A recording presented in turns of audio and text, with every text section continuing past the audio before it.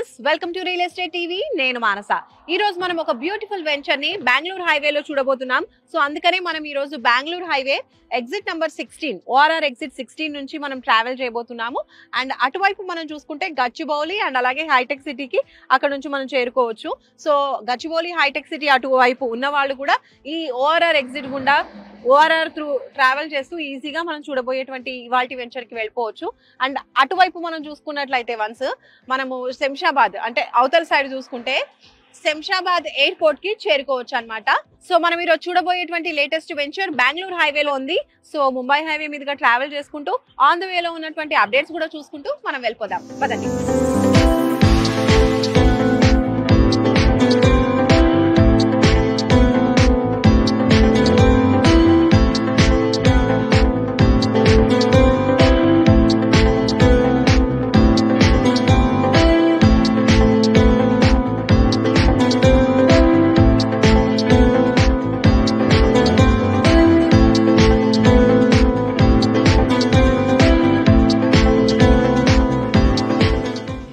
Exit number 16 దగ్గర దిగేసి మనము బెంగళూరు హైవే మీదుగా ట్రావెల్ చేసుకుంటూ వచ్చాము కొంచెం దూరము. అండ్ ఇప్పుడు పాలమాకుల జంక్షన్ దగ్గరకు వచ్చేసాము. అండ్ ఇక్కడ మీరు చూడొచ్చు, నా వెనకాల మీకు బోర్డు కనిపిస్తుంది అనుకుంటా. సో భగవత్ రామానుజ మార్గ్ అనేది సో ఈ లెఫ్ట్ కి వెళ్తుంది. సో ఇక్కడ చాలా చాలా ఫేమస్, అందరికీ తెలిసిందే, ముచ్చింతలు వస్తుంది ఇలా వెళ్ళినట్టయితే. సో ఇక్కడ మనకి 216 అడుగుల ఎత్తైనటువంటి సమతామూర్తి విగ్రహం ఉంటుంది.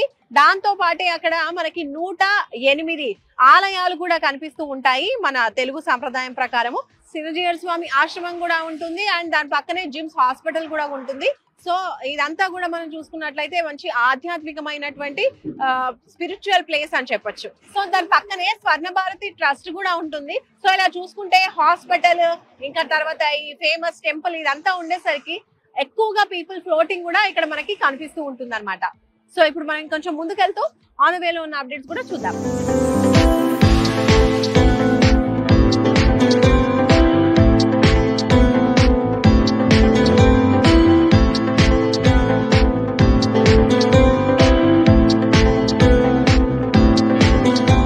మనం బెంగళూరు హైవే మీదుగా ట్రావెల్ చేసుకుంటూ కొంచెం ముందుకు మనం తిమ్మాపూర్ జంక్షన్ కి వచ్చేసాం అనమాట. ఇది తిమ్మాపూర్ జంక్షన్. అలాగే అటు వెళ్తే గనక మనకి చేగూరు వస్తుంది, బోర్డు చూస్తున్నారు కదా. అండ్ అలాగే కన్హా శాంతివనం కూడా వస్తుంది అనమాట అటువైపే. ఇది ఏంటంటే ఫేమస్ యోగా సెంటర్. 1,00,000 మంది ఒకేసారి కూర్చొని మెడిటేషన్ చేసుకునే విధంగా అక్కడ ఏర్పాట్లు అనేది చేయడం జరిగింది అనమాట. ఒక మంచి స్పిరిచువల్ ప్లేస్ అని చెప్పొచ్చు. సో బెంగళూరు హైవే మీద ఉన్నటువంటి one of the important point ఇది అని చెప్పొచ్చు అనమాట. అండ్ ఇంకొంచెం దూరం మనం ట్రావెల్ చేద్దాము, మన జర్నీని కంటిన్యూ చేద్దాము. పదండి.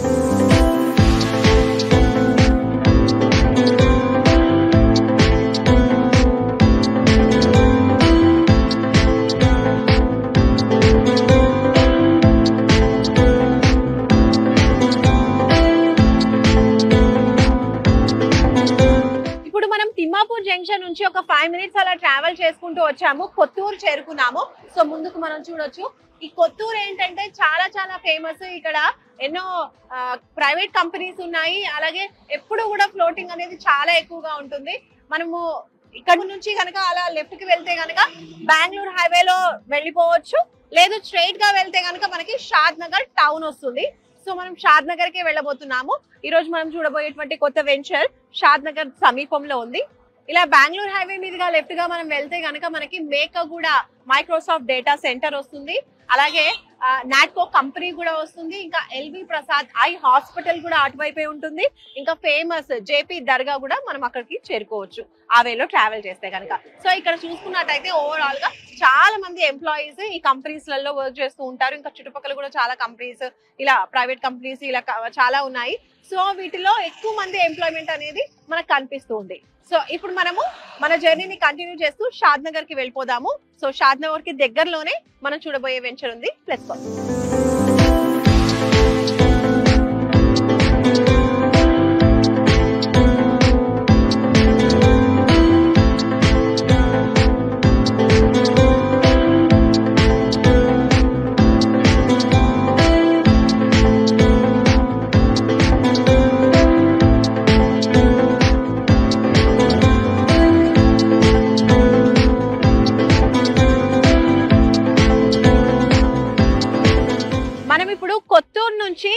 షాద్ నగర్ కి వచ్చేసామండి. షాద్ నగర్ టౌన్ ఇక్కడ నుంచి స్టార్ట్ అవుతుంది, మీరు చూడొచ్చు. ఇలా వెళ్తే షాద్ నగర్ టౌన్ అనేది వస్తుంది అనమాట. ఈ హైవే నుంచి రైట్ తీసుకున్నాం అనుకోండి, ఇటువైపు మనకి మనం ఇప్పుడు చూడబోయేటువంటి వెంచర్ వస్తుంది అనమాట. అదే SRR ఫార్చ్యూన్ డెవలపర్స్ వాళ్ళ SRR షాద్ నగర్ పారడైస్ కౌంటీ అనమాట. సో ఈ వెంచర్ మనకి వాకబుల్ డిస్టెన్స్ లోనే ఉంది ఇక్కడ నుంచి. అండ్ అలాగే మనం ఇప్పుడు కార్ లో వచ్చేసాము, సో రోడ్ వేస్ లో వచ్చాము కదా. అదే కాకుండా మనకి ఇక్కడికి రావాలి అని అంటే రైల్వే స్టేషన్ కూడా కూతవేటు దూరంలోనే ఉంది. సో త్రూ రైల్ కూడా ఇక్కడికి రావచ్చు అనమాట. ఇంకా లేట్ చేయకుండా మనం వెంచర్ లోపలికి వెళ్ళిపోదాము. అక్కడ ఏమేమి డెవలప్మెంట్స్ ఇస్తున్నారు ఏంటి అనేది వెళ్ళి చూసేద్దాం, పదండి.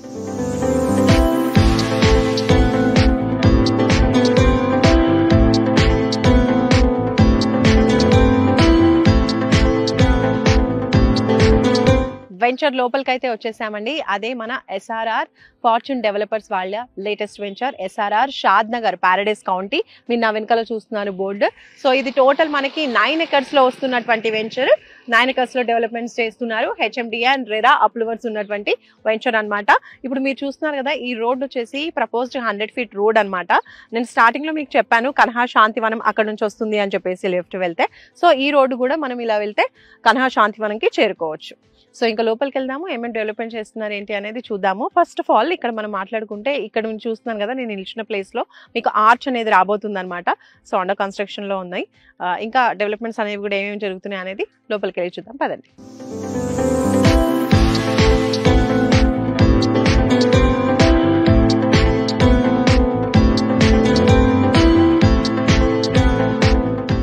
సో ఈ వెంచర్ లో మనం చూస్తున్నాం కదా, ఇప్పుడు నేను నిలిచిన రోడ్ వచ్చేసి 33 feet రోడ్. అండ్ అలాగే ఇంటర్నల్ రోడ్స్ వచ్చేసి 30 feet రోడ్ వస్తున్నాయి టోటల్ గా.